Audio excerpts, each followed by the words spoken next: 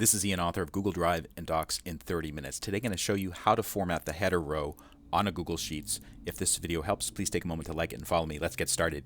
You can see I have a very simple spreadsheet here, and I have several columns, and I want to format the top row here because this is obviously the header for it. And so what I want to do, I want to color this particular row, I want to change the color of the text, and then I want to format it a little bit differently so it stands out from the data that comes below. This is how to do it. First thing to do is select the row by just clicking the number next to it. Then I go to the paintbrush, the fill color icon. It looks like a little paint can. Click on that, and then let's say that I want to make it dark purple or dark blue. Select that. Now you can see the problem.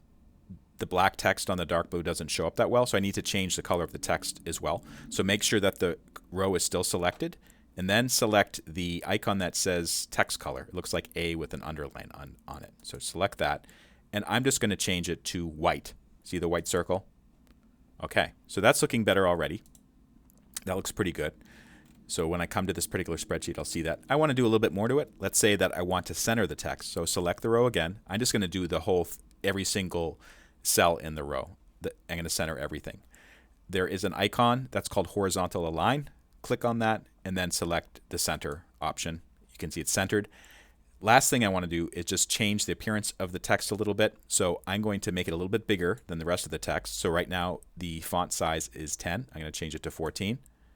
And then let's say that I want to bold it as well. I can do that. It's really standing out now. I can even italicize it. So that looks pretty good. So that's a basic way that you can make a custom header row for your Google Sheets. If this video helped you out, please take a moment to like it and follow me. Also, I wrote a book about Google Drive and Docs in Sheets and Slides. It's called Google Drive and Docs in 30 Minutes. If you go to in30minutes.com or in30minutes.biz, you can learn more about it. It's a great reference to have if you use Google Docs a lot, or Google Sheets or Slides or Drive or whatever.